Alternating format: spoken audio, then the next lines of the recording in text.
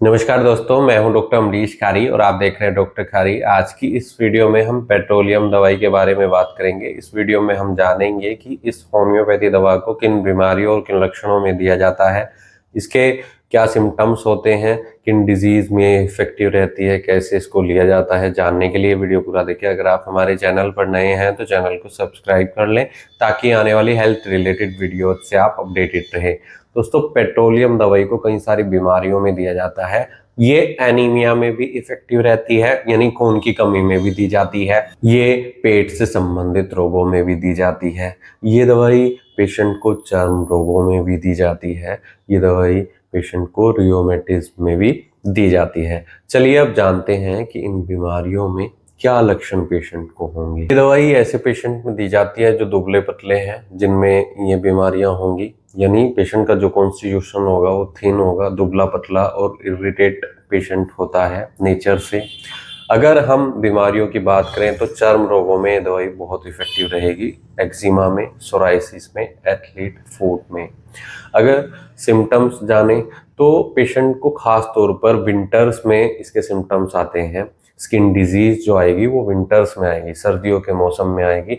हाथों पर, पैरों पर पेशेंट को एक्जिमा, सोराइसिस या स्कैल्प पर सोराइसिस जैसी कंडीशन देखने को मिलती है। और अगर पेशेंट के अफेक्टेड एरिया को देखा जाए ना तो रफ होता है और उसमें ना क्रैक्स बहुत ज़्यादा दिखाई देते हैं, कटी फटी स्किन होती है और खुजली बहुत ज़्यादा होती है, कई बार जलन भी होती है। विंटर्स के आते ही पेशेंट को हाथों पर या पैरों पर या स्कैल्प पर या स्किन डिजीज आनी शुरू हो जाती है, जिसमें से कई बार ब्लीडिंग भी देखने को मिलती है। तो ऐसे केस में, ऐसे एक्जिमा सोराइसिस में दवाई बहुत इफेक्टिव रहेगी। इसके अलावा जो इसके सिम्टम्स होंगे वो एथलीट फुट में भी होंगे, फंगल इन्फेक्शन में भी होंगे। अगर पेशेंट को सर्दियों के मौसम में एथलीट फुट की शिकायत है, फंगल इन्फेक्शन पैरों में हो जाता है, तो उसको भी ठीक करने में मददगार रहती है। पेशेंट का जो अफेक्टेड एरिया होगा स्किन डिजीज का, एक्जिमा अगर पेशेंट को हाथों पर है तो वो डार्किश होगा, इन्फ्लामेशन उसमें आएगी, सेंसिटिव टू टच होगा और पेनफुल होगा।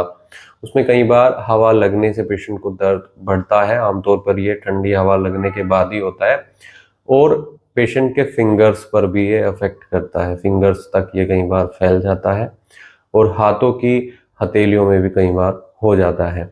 ऐसे में पूरे शरीर से गंदी स्मेल आती है, फॉल स्मेल आती है पेशेंट के। इसके हम पेट के लक्षणों की बात करें तो प्रेगनेंसी में पेशेंट को कई बार डायरिया की शिकायत हो जाती है, तो ऐसे में ये दवाई दी जाए तो काफ़ी मदद मिलती है। ये दवाई पेप्टिक अल्सर में दी जाती है। ये एसिडिटी के होने पर भी पेशेंट्स में दी जाती है। एसिडिटी अगर पेशेंट को आमतौर पर तब होती है जब पेशेंट खाली पेट होता है, पेट में प्रेसिंग टाइप का दर्द भी होगा और खाने के बाद पेशेंट को इन सब सिम्टम्स में राहत मिल जाती है।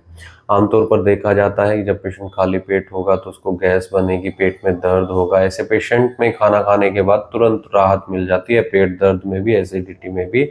और जो खट्टी डकारें आ रही हैं या नोजिया हो रहा है पेशेंट को, ऐसे में ये दवाई बहुत मददगार रहती है।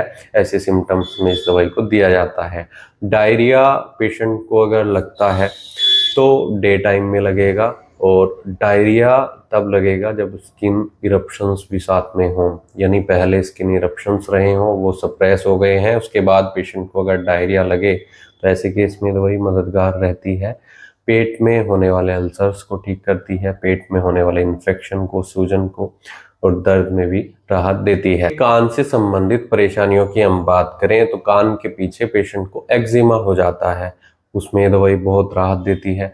टिनिटस होने पर अगर पेशेंट को बजिंग, रिंगिंग साउंड सुनाई दे और डिफ़िकल्टी होती हो सुनने में, तो ऐसे केस में भी इफेक्टिव रहती है। कान में ड्राइनेस आ जाए या ईचिंग की शिकायत हो तो ऐसे केस में भी ये दवाई दी जाती है। कान से संबंधित परेशानियों में भी बहुत इफेक्टिव रहती है। इसके सिर से संबंधित परेशानियों की बात करें तो ये दवाई सिर दर्द में भी दी जाती है। आमतौर पर पेशेंट को सिर के पीछे के हिस्से में अगर खांसी के बाद, यानी खांसते समय पेशेंट को सिर के पिछले हिस्से में दर्द होता है तो ये दवाई दी जाती है। स्कैल्प में एक्जिमा को भी ठीक करेगी। अगर स्कैल्प में एक्जिमा है जो येलोइश थिक क्रस्ट है, तो ऐसे में भी इफेक्टिव रहेगी। ये दवाई वर्टिगो में भी दी जाती है, पेशेंट को अगर चक्कर आते हैं उठते बैठते समय, तो ऐसे में ये दवाई वर्टिगो को भी ठीक करती है। दवाई को मेल पेशेंट में जेनिटल एरिया पर होने वाले हर्पीज में भी दिया जाता है, और साथ में अगर सेमन में ब्लड आ रहा है तो उसको भी ये दवाई कंट्रोल करती है।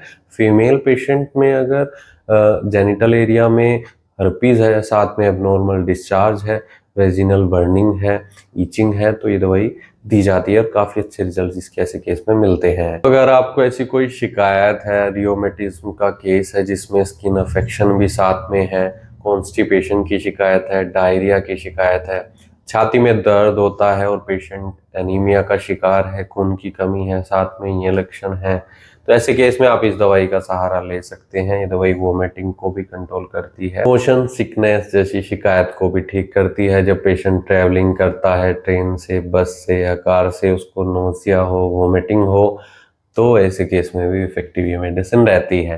अगर आपको इनमें से कोई भी तकलीफ है और आप इस दवाई का सेवन करना चाहते हैं तो एक बार अपने होम्योपैथी डॉक्टर से जरूर मिल लें। बिना डॉक्टर की सलाह के आप कोई भी होम्योपैथी दवाई न लें। इसके लिए आप हमसे भी संपर्क कर सकते हैं, दिए गए व्हाट्सएप नंबर पर संपर्क कर इलाज या सलाह ले सकते हैं। वीडियो देखने के लिए धन्यवाद। चैनल को सब्सक्राइब करें और कॉमेंट सेक्शन में जरूर बताएं कि हमारी वीडियोस आपको कैसी लगती हैं। Thank you.